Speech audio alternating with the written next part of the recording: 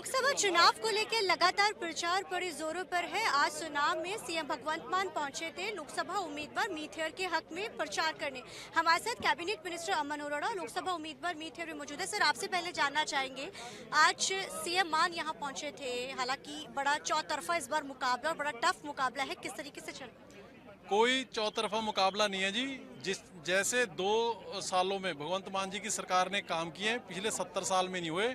जब पंजाब के लोग कामों के आधार पे वोट डालेंगे तो एक तरफा मुकाबला 13 की 13 सीटों पे होएगा और 13 की 13 सीटें आम आदमी पार्टी जीतेगी। और उन सब में से ज्यादा लीड पे, रिकॉर्ड तोड़ लीड पे अगर कोई सीट जीतेंगे तो हम संगरूर जीतेंगे, जहां से हमारे छोटे भाई मीत हेयर जी कैबिनेट मंत्री उम्मीदवार हैं। और एक नया रिकॉर्ड, नया कीर्तिमान संगरूर लोकसभा इस बार बनाने जा रही है मीत हेयर जी के हक में। हालांकि सीएम मान ने भी इस चीज का दावा किया है कि इस बार यहाँ पे रिकॉर्ड है जो मीत मेरा जरूर तोड़ेगा। लेकिन अगर विरोधी पार्टियों की बात की जाए, लगातार वो ये कह रहे हैं कि सरकार ने तो कोई काम ही नहीं किया 2 साल में।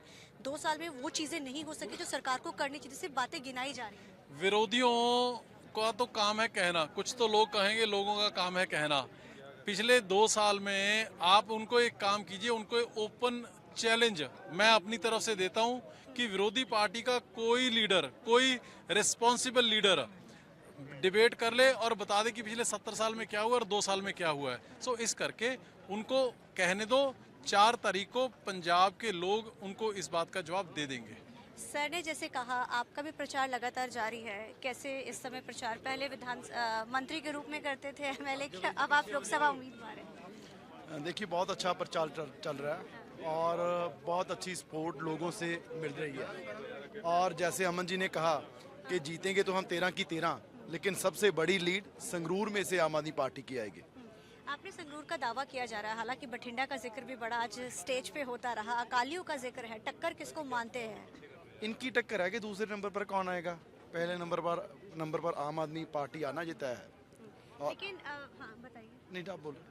जैसे विरोधी कह रहे हैं कि बेशक सरकार कह रही है कि हमने ये काम किया, हमने बहुत कुछ किया है, लेकिन इस बार जो है सरकार की जो चीज़ें हैं जो नहीं काम किए वो भी सामने आएगा, लोग इस बार ज़रूर बताएंगे। संगरूर अगर हल्के की बात की जाए, सबसे अहम, और इसलिए भी क्योंकि सीएम मान यहाँ से जुड़े हुए हैं, 2014 का जिक्र भी उन्होंने स्टेज पे किया, तो किस तरीके का रिस्पॉन्स मिल रहा है और किस तरीके की चीज़ें आप लोगों के बीच में लेके जा रहे हैं और क्या अहम मुद्दे निकल के आ रहे हैं? आम आदमी पार्टी ने पिछले 2 साल में जो सिर्फ वायदे किए थे वो काम नहीं किए, जो हमने नहीं भी कहा था वो भी काम किया। चलो 600 बिजली का यूनिट हमने कहा था कि देंगे, वो दिए।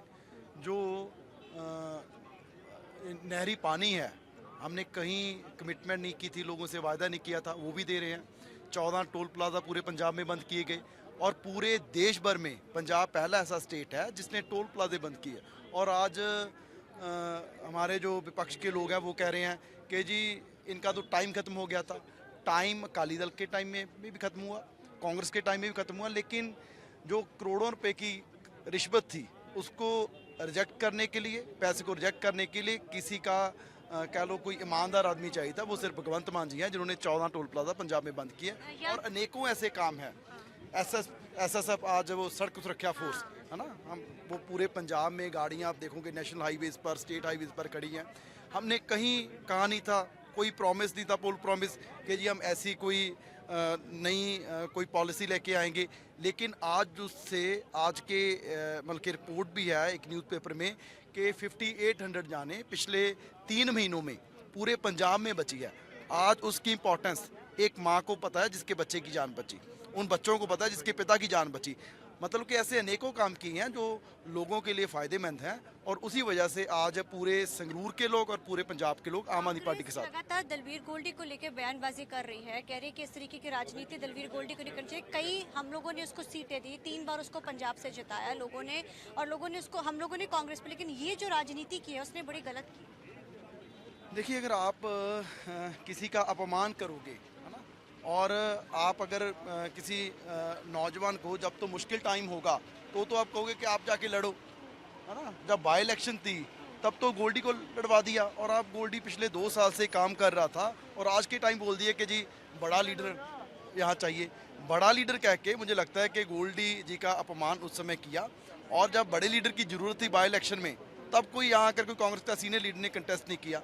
तो इसीलिए गोल्डी जी हताश थे, आम आदमी पार्टी में आए हैं और आम आदमी पार्टी को उनका पूरा सम्मान यहाँ रखा जाएगा। तो ये थे हमारे साथ लोकसभा उम्मीदवार मीठेर, जिन्होंने कहा है कि गोल्डी के आने से एक अच्छा बल जरूर मिला है, लेकिन 13-0 पंजाब में होगा, वो तो 4 जून को ही तय होगा। कैमरामैन नजेंद्र के साथ सुनाम से TV9 के लिए अमनप्रीत कौर।